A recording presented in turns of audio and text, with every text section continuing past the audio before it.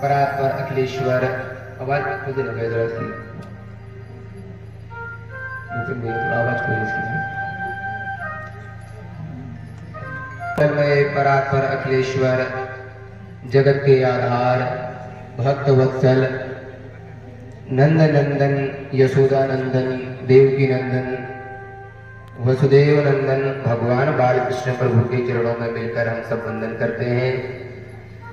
तदुपरांत मां भगवती पराअम्बा शक्ति जगदम्बा भवानी के चरणों में वंदन करते हुए कथा में प्रवेश करने का सौभाग्य प्राप्त करते हैं।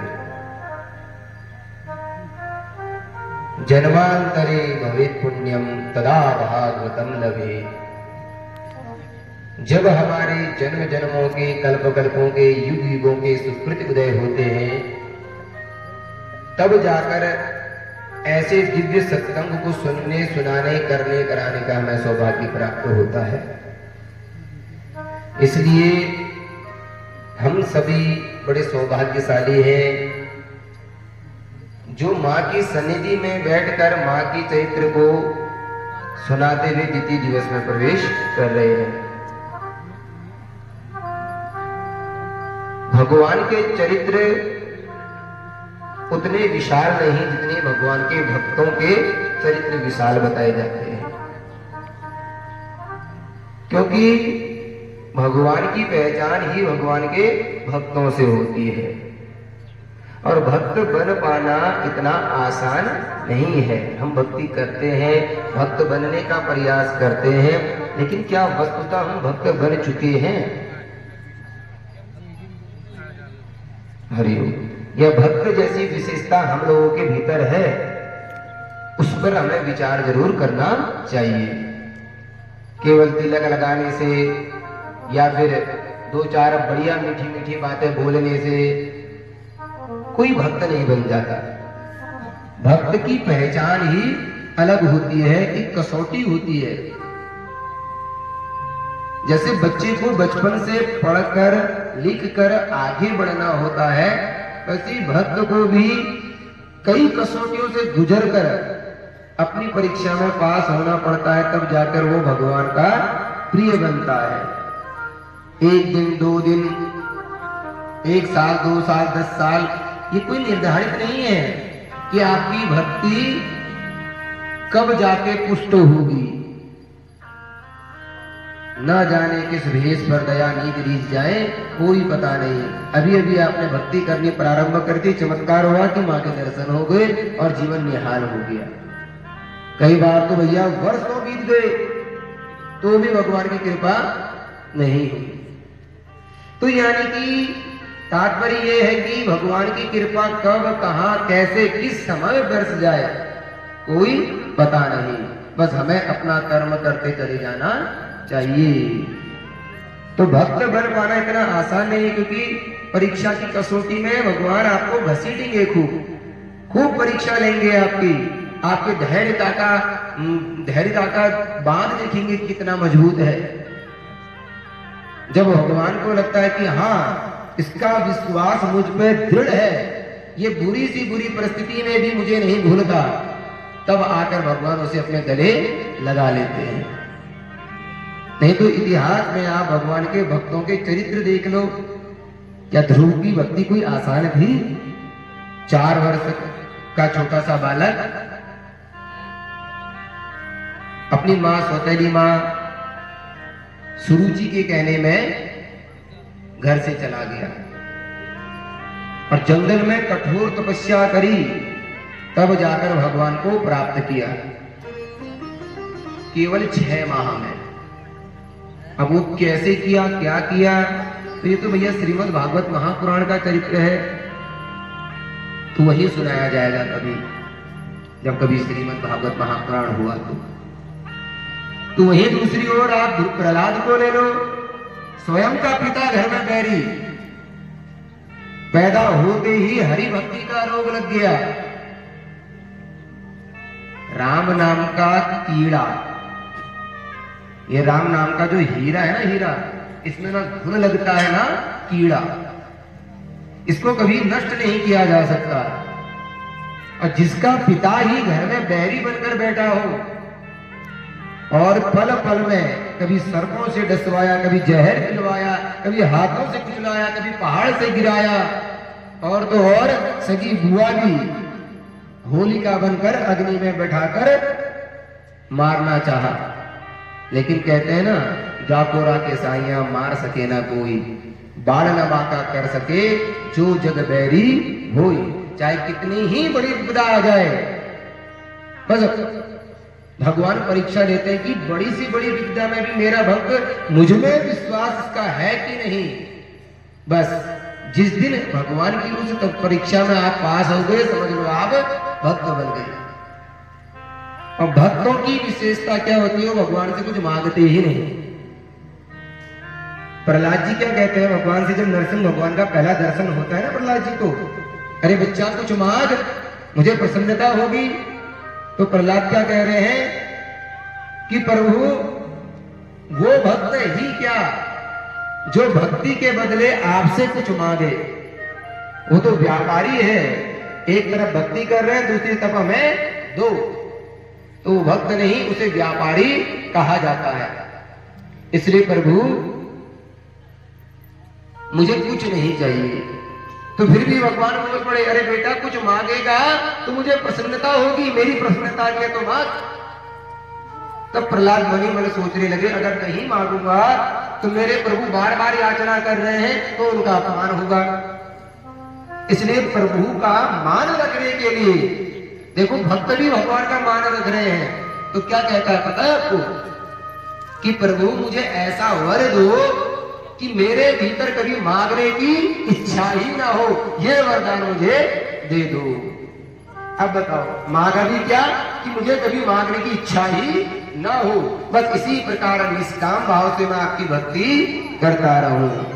भगवान ने कहा तू मांगेगा नहीं और मैं दिए बिना रहूंगा भी नहीं। जा एक छत्र सम्राट बनकर अपने पिताजी की गद्दी में बैठ जा और अंत में मेरे लोग को सीधा बिना मरे तू चले आना। तो ये प्रभु की भक्ति का चमत्कार है। अगर आप कुछ मांगोगे तो भगवान दे के निपट जाएंगे, कहेंगे कोई बात नहीं, चलो जो मांगा सो दे दिया। अगर आप नहीं मांगोगे तो भगवान फल फल तरसते रहेंगे, क्या जो दूं क्या जो दूं। तो इसलिए भक्त और भगवान के बीच का रिश्ता निष्काम होना चाहिए, सकाम नहीं होना चाहिए। इसलिए भक्त बन पाना बड़ा कठिन है। आप मंदिर में माथा भी डूबे हुए तो क्या हो गया, महाराज मेरा भल कर दिया।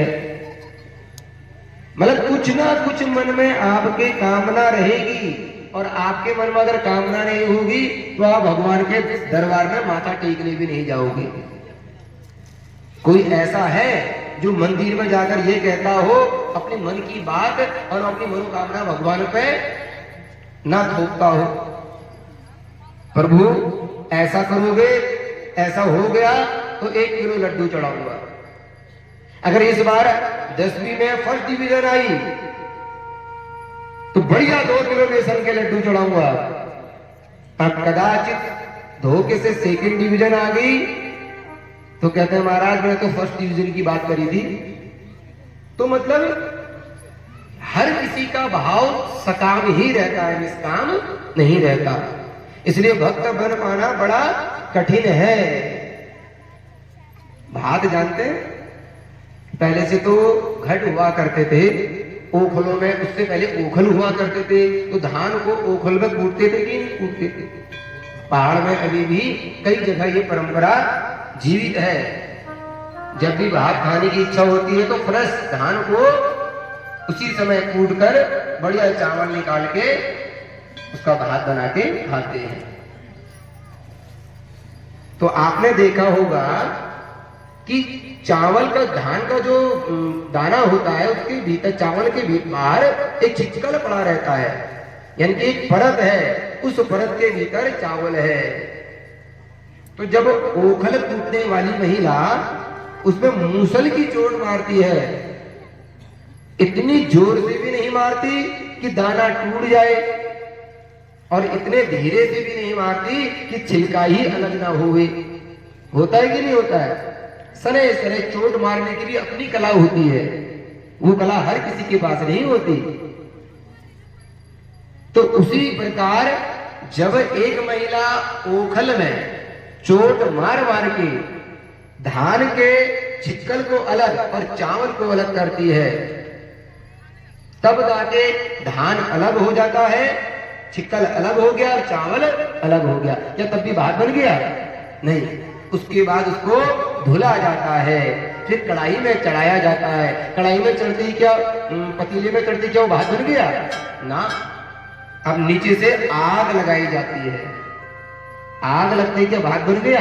ना, ये तो पानी गर्म होगा। प्रोसेस बहुत लंबा है। पानी गर्म होगा तब जाकर पानी की गर्माहट से भात पकने लगेगा, चावल पकने लगेगा। अब चावल पका है कि नहीं, इसका माप हम कैसे करते हैं? तो महिलाएं क्या करती है, एक थोड़ा सा चावल ऊपर से उठा के उसको दबा के देखेंगे, और जहां पूरा दब गया तो समझ जाओ पूरा भात पक गया। और जहां दबाने में अभी भी कसर है, टाइट है, तो थोड़ी देर उसको और पकाया जाता है, तब जाकर वो भात बनके तैयार होता है। उसी प्रकार हमारे संत ऋषि मुनि कहते हैं भक्त भी ऐसे ही तैयार होता है। पहले मूसल की चोट पड़ती है।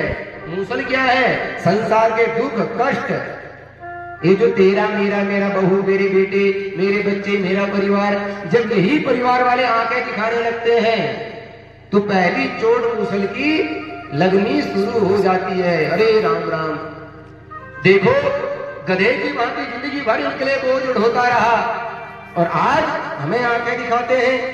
सब मोह माया है, सब दिखावा है, कोई सच्चा प्रेम किसी से नहीं। तो पहली चोट मूसल की लग गई, जैसे धान में लगी, तो छिक्कर बाहर निकल गया। किसका? माया का, मोह का।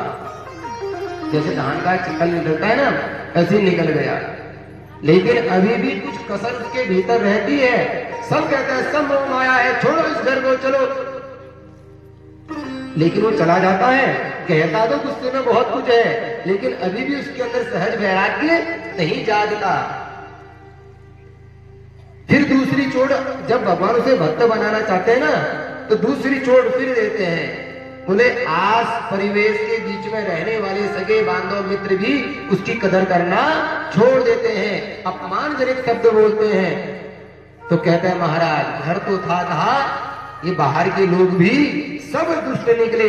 देखो इन पड़ोसियों के लिए मैंने जिंदगी भर कैसे मदद की और आज मेरे लिए कोई खड़ा नहीं। तो कढ़ाई में जैसे पानी गर्म होता है ना आग से, उसी प्रकार उसके भीतर भी आग लगने लगती है। किसकी? पछतावे की। कहां से? मैंने जिन लोगों के लिए इतना समय बिताया, आज वही समय अगर मैंने प्रभु के लिए बिताया होता तो शायद मेरा कल्याण हो जाता।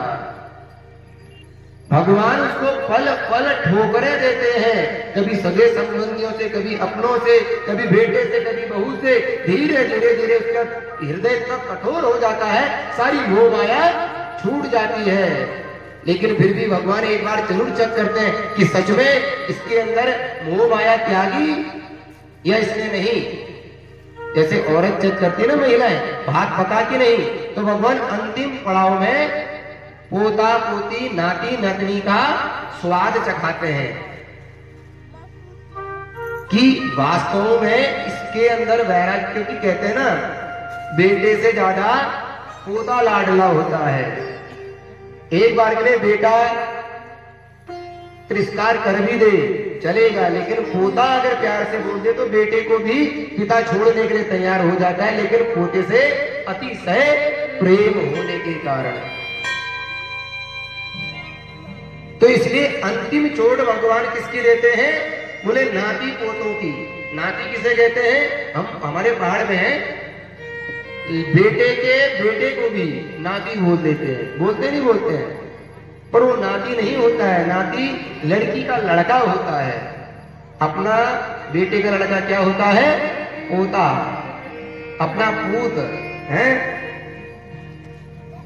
तो कहने का तात्पर्य क्या है कि अंतिम जो फर्क करते हैं भगवान, उसी से। एक छोटी सी हमारे वृंदावन में हमारे संत महाराज एक कथा सुनाते थे। क्या कहते थे कि एक बार एक छोटा छोटा बच्चा संतों की कहानी है। अपने दादा को कहता है, अरे दादा। तो दादा के मन में छोटा छोटा तोतला के बोल रहा है ना, दादा दादा दादा। लेकिन दादा जानबूझ के सुन के भी अनसुना कर रहे हैं। क्यों? क्योंकि दादा के मन में रसगुल्ला घुल रहा है। अरे देखो कितनी बढ़िया तोतली हुआ तो मेरा बेटा, मेरा पोता मुझे दादा बोल रहा है। कई जगह में उत्तर प्रदेश साइड को दादा को बाबा कहते हैं। कहते नहीं कहते? भी बार बार बोल रहा है बच्चा बाबा, सुन ही नहीं रहे हैं और बाबा को बड़ा मजा आ रहा है अपने पोते को परेशान करने में। फिर तीसरी बार बोला बाबा, तो इतने में बोले हाँ बेटा बोल। तो इतने में पोता कहता जब बाबा अब सुन ही लिया है तो बन क्यों नहीं जाते हो? गुस्से में आके क्या कह रहा है पोता? बाबा। तीसरी बार में सुना तो क्या बोला पोता? जब सुन ही लिया है तो बन क्यों नहीं जाते हो? मतलब बाबा क्यों नहीं बन जाते हो? गुस्से में। तो बाबा के मन में बड़ी कष्ट हुआ। देखो राम राम, मेरा बेटा तो दुष्ट था, ये पोता भी दुष्ट निकला। आज के बाद इस घर में कदम नहीं रखूंगा। उठाया झोला झंटी, चल दिए वन की ओर। इतने में बेटी आ गई अपने बेटे को लेकर, और बेटी के बेटे ने अपने नाना को देख लिया तो जोर से चिल्लाया नाना नाना। तो मन में क्या कहता है? देखो मेरा पोता कहता बाबा बाबा बन जा, और मेरा नाती कहता नाना मत बनो। देखो जब व्यक्ति को वैराग्य जागता है ना तो स्वतः चला जाता है, लेकिन जब मरकट बंदर के भांति इस डाली में उस डाली में वैराग्य रहता है ना तो व्यक्ति अपने मन से स्वयं समाधान निकाल लेता है, स्वयं प्रश्न भी करता है।